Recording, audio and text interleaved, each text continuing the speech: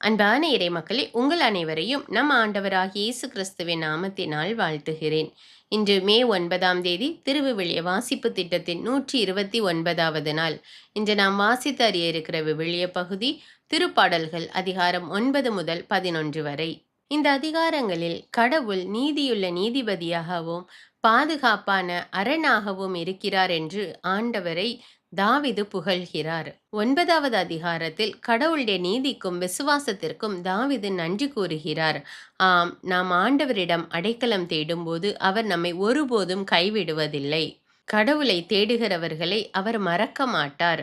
திருப்பாடல்கள் 10வது அதிகாரத்தில் தீயவர்களால் உண்டாகும் துன்பத்தை பற்றி பார்க்கிறோம். எவ்வளவு துன்பம் வந்தாலும் கடவுள் அனைத்தையும் காண்கிறார். சரியான நேரத்தில் அவர் நமக்கு உதவி செய்வார். 11வது அதிகாரத்தில் ஆபத்துக்கள் சூழ்ந்திருந்தாலும் தாவீது கடவுளை நம்பினார். அவர் ஆண்டவர் மீது நம்பிக்கை வைத்திருந்தார். அப்பொழுது ஆண்டவர் அவருக்கு உதவி செய்தார். நம்முடைய வாழ்க்கையிலும் கூட துன்பங்கள் நிறைந்திருக்கலாம். ஆனால் ஆண்டவர் மீது நம்பிக்கை வைப்போம். ஏற்ற நேரத்திலே அவர் நமக்கு உதவி செய்வார். நம்முடைய ஆண்டவர் எல்லா அநீதிகளையும் பார்க்கிறார்.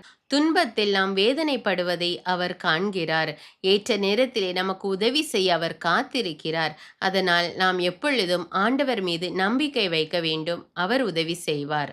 அன்பின் ஆண்டவரே, எங்கள் அடைக்கலமும் வல்லமையுமான தேவனே, எங்களுடைய வாழ்க்கை நிலையற்றதாக இருந்தாலும் கூட ஆண்டவர் எங்களோடு இருந்து எங்களை வழி நடத்துவீர் என்பதை நாங்கள் அறிந்து மீது தொடர்ந்து நம்பிக்கை வைக்க எங்களுக்கு உதவி செய்யும். ஆமீன்.